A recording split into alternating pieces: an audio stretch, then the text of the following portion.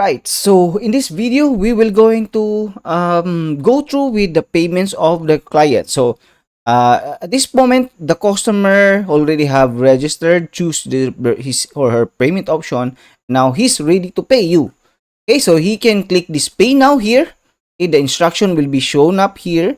So please send us the screenshot so the customer will going to pay manually through GCash because that's how I set it up. But if you set up with your payment option here about if you're gonna place the payment link here once and you put here proceed to payment to pay the amount, so that will be shown here. So if the customer will going to click this one payment link, they will be going to go to the payment link. So for example, this is the payment link. Somebody say Zenit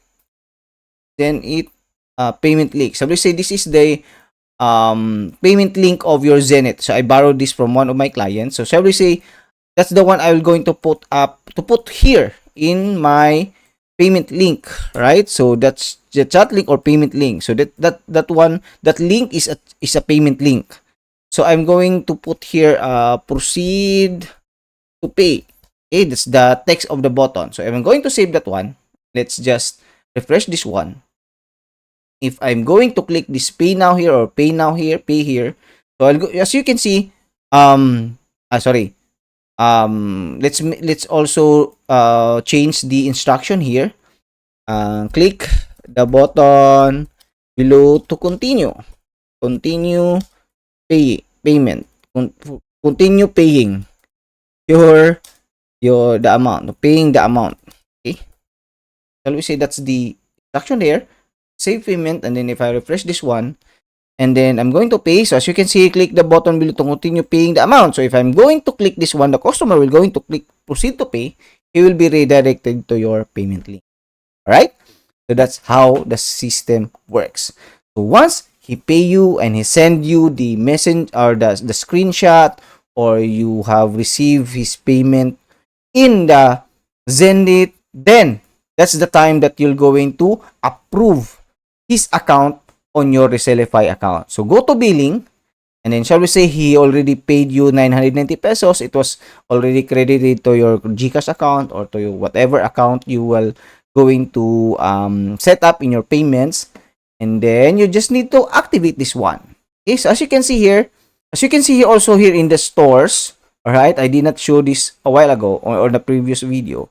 If you go to stores, you're gonna see the registration of this client here. So as you can see here, the EBC convenience store, that's the one we have registered a while ago, and the date end is the date that I am creating this one. So there's probably gonna be a little bit of urgency here because he need to pay before January 5 ends, okay, or the day that he registered ends. So the basic one is not yet registered, so it can't be touched. All right, and then what you're gonna do is to, once you receive the 990 pesos, you just need to click this activate one, okay, and then proceed. There you have it. If you refresh this one, it will be paid. The status of his payment is already paid. And if you go to the stores, okay, as you can see here, the date end is now February 6, which is basically the date that the client that needs to pay or the date that is almost the same date that he needs to pay his first month payment here, which is February 5. Okay, so once February 6 will end, his or her account will be deactivated or immediately. So he need to pay the next billing period, which is the month 1 payment of 500 pesos in order for his account to continue. So you need to activate this month after month. Okay? So now that his account or her account is activated, the basic account here is activated. Once he refresh this one, his account, or he go to home, he can now or she can now start using his account with your seller website. So that's how the system works, how you can earn profit. And on the next video, we will going to talk about this affiliate here, this affiliate thing, how you can set it up.